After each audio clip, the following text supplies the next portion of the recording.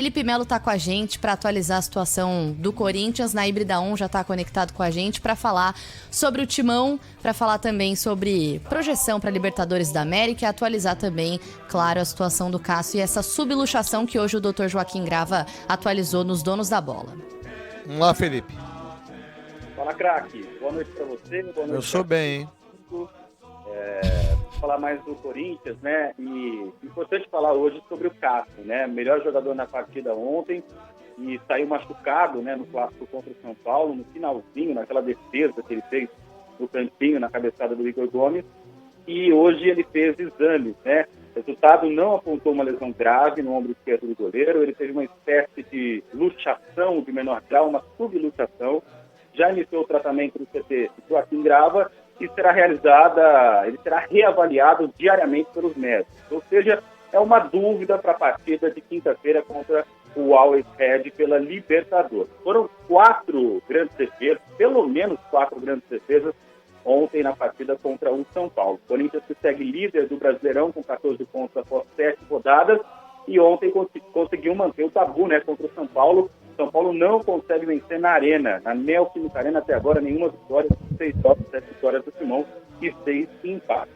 Vamos falar sobre o Roger Guedes, né? Porque na coletiva de imprensa o técnico Vitor Pereira explicou por que Roger Guedes não vem jogando. O português afirmou que o camisa 9 não tem correspondido nos treinos. Vamos acompanhar. Eu também queria treinar o Liverpool, não é? Se me perguntar a mim, eu queria treinar o Liverpool. Ia já correr para a Inglaterra e treinava o Liverpool, com todo o respeito que tenho ao Corinthians. Mas o Liverpool é o Liverpool. Portanto, aqui não é o que nós queremos. Nesta casa, no meu conceito, em termos de jogo, não é o que nós queremos.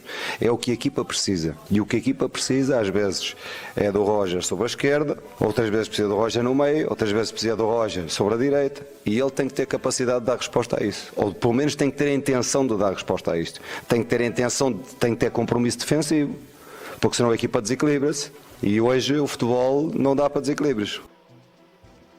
Bom, ele fala dessa falta de comprometimento tático do Roger Guedes, né? E afirmou que no futebol não dá para escalar um jogador que não tem compromisso. Na coletiva ele foi questionado sobre os números dele em clássicos e o técnico Vitor Pereira continua sem vencer clássicos, né? São 4 derrotas e um empate.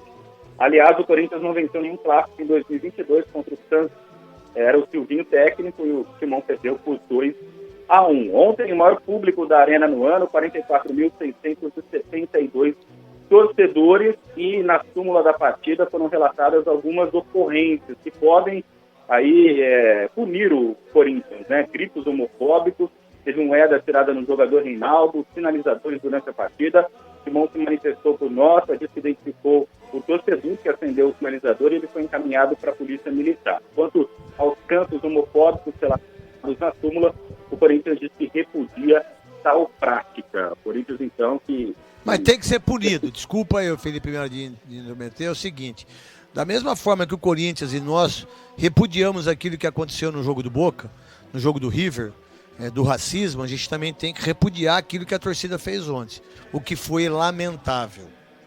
O que foi muito feio por parte da torcida que cantou. Né? Uma maneira bem horrível, que é um time do povo, que muitas vezes a força, isso que é aí que essas coisas, pau que dá em Chico dá em Francisco, né? Olha, não podemos ter o Cuca, porque o Cuca 30 anos atrás foi condenado não sei o quê. Ah, não podemos ter o Danilo Avelar porque ele foi racista. Ah, porque não sei o quê. E aí, meu irmão, a torcida vai e faz um manifesto homofóbico tão feio, mas tão feio, sem necessidade nenhuma em relação a isso. Até porque a torcida do São Paulo nunca gritou o nome do Richarlison. Nunca fizeram isso. Então, o Corinthians tem que ser punido porque jogou moeda. O Corinthians tem que ser punido porque teve o grito homofóbico. Ou a gente faz o negócio certo, ou a gente é justo para todo mundo, ou a gente vira clubista aqui. Então eu defendo o Corinthians, fulano defende São Paulo, ciclano defende Palmeiras, Beltrano defende Ponte Preta, ciclano defende o que dá a entender. Não, senhor. Tem que tomar uma baita de uma multa. E se acontecer de novo, perde mando de jogo, porque se fizer isso com o Corinthians, os outros vão ficar com medo. O Corinthians que tem sirva outro de ponto, exemplo. né, craque? O Cruzeiro está sendo investigado pelo STJD, né? Pela mesma situação de gritos homofóbicos da torcida do Cruzeiro contra o Grêmio, e hoje, pelo regulamento da CBF também, a punição máxima para um clube é a perda de pontos no campeonato. Então, ele pode ser julgado, multado, portões fechados ou parte de uma arquibancada sem a presença de público, perda de mando de campo e até perda de pontos. Não importa para quem seja. Pode ser pro Ibis, pode ser pro Corinthians, pode ser pro São Paulo, que por sinal o Atlético Mineiro chama o time do Cruzeiro de Marias. Sempre fez isso. Então tem que acabar com isso, nós temos que aprender. Aí muita gente que vai estar ouvindo agora aí vai falar, mas o futebol sempre foi assim, mas nós temos que mudar. Eu não quero que meus filhos gritem assim. Tanto é que meu filho estava no campo, eu falei para ele, se você não faça isso. Eu e a mãe dele falamos isso para ele. Não faz isso, filho, porque não é legal, você fica quieto. Porque não é legal. E a gente precisa mudar. A gente precisa mudar. E mudar de que jeito? A gente ensinando as pessoas. E se não punir o Corinthians, aí Fortaleza vai fazer, São Paulo vai fazer, aí todo mundo vai fazer. E aí vira a casa da mãe Joana. Tem que fazer isso. Tem que parar. Tem que parar. E o que o torcedor corintiano fez ontem foi muito feio. Se o Corinthians é um time do empoderamento, se o Corinthians é um time que briga, se é o time do povo, se é o time que... Então, se o Corinthians colocou uma nota, olha, nós somos contra a homofobia, nós somos contra o racismo, então faça por merecer. E nós também. Pode falar, Gabi. Não, ia só complementar, craque, dizendo que eu ouvi hoje ao longo do dia vários comentaristas, muita gente falando, tocando nesse ponto seu, olha, mudou e tudo mais. Mas eu acho que a motivação do torcedor é uma pena que tenha que ser o bolso do clube, que tenha que ser a pontuação, que tenha que ser isso, sendo que, recuperando aqui, só no ano passado, aqui no Brasil, 300 pessoas que se consideram LGBTQIA+, morreram de forma violenta. Não é coincidência. O Brasil é o país que mais mata pessoas LGBTQIA+. Então, assim, eu acho que a motivação do futebol não deveria ser essa. Não deveria ser o medo Você acha? de o clube... Não, você tem certeza. Eu tenho certeza de o clube ser punido. Porém, se é que tem que ser punido, né? E isso tende a acontecer, para onde vai esse dinheiro? A CBF multa e recebe esse dinheiro. O que acontece com esse dinheiro? A verdade Ele é revertido em alguma ação? Isso, a verdade... Tem mais câmera, mais tecnologia? Isso, você tem toda a razão. A verdade deveria se ter uma lei para que esse dinheiro fosse revertido para essas pessoas que são trucidadas em relação a isso. Sim. Ser revertido para uma ONG que faz um benefício incrível para essas pessoas. Então, aqui eu não quero dar uma de gostoso, a gente está falando de futebol. Por exemplo, hoje na Band, eu estava chegando para trabalhar, tinha um monte de gente falando sobre o racismo ali. Eu nem sabia. Estava ali, estava tendo uma conferência, não sei se é isso que fala. Estava tendo uma conferência sobre não ser racista mais. Sobre a gente ter esse entendimento. Porque quando você, uma torcida, vamos lá, todos, não tinha nenhum, todos que estavam dentro do estádio Neoquímica Arena eram héteros. Não tinha nenhum gay. Não tinha nenhum bi. Não tinha. Ah, é mesmo? Tem certeza absoluta? Eu sei que tinha. Então quer dizer que o próprio homossexual, não, grita também. Tá errado. Então tem que punir.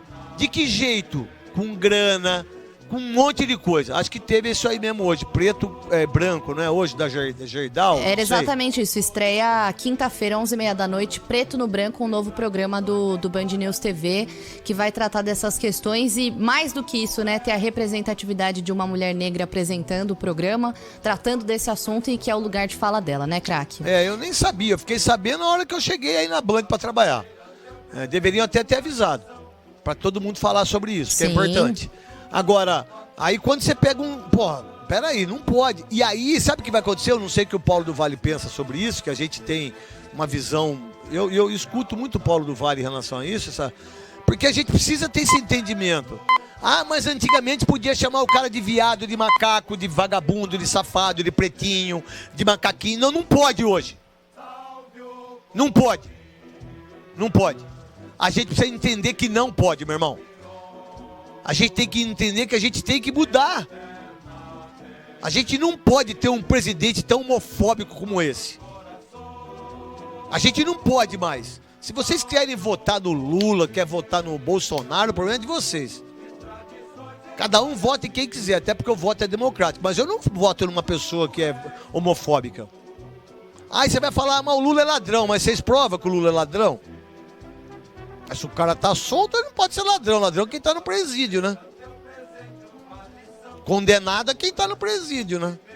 E quem gasta 40 milhões em cartão, aí é duro, hein? 40 milhões? Aí é duro pra mim.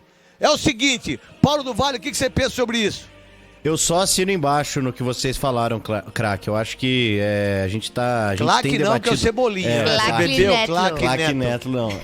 Eu acho que o programa aqui, né, Os Donos da Bola, tanto na TV como na rádio, através da sua pessoa, é um dos poucos programas que se propõe aí a fazer de fato esse debate, né? E acho que todo comunicador hoje que se preze, que tem o peso como você tem, craque, acho que deveria ter essa consciência também de tocar nesses temas, né? Que hoje são cruciais para a evolução da sociedade. Então eu só de fato assino embaixo. Acho que a gente veio falando bastante a respeito disso. Nosso posicionamento está muito claro. A gente nunca vai deixar de se omitir e de falar. E o que você acabou de falar, não é porque é o Corinthians, não. É que seja, então, que seja o Corinthians, essa equipe que sirva de exemplo no primeiro momento, né? Fazer que a o quê? torcida possa entender e não fazer mais.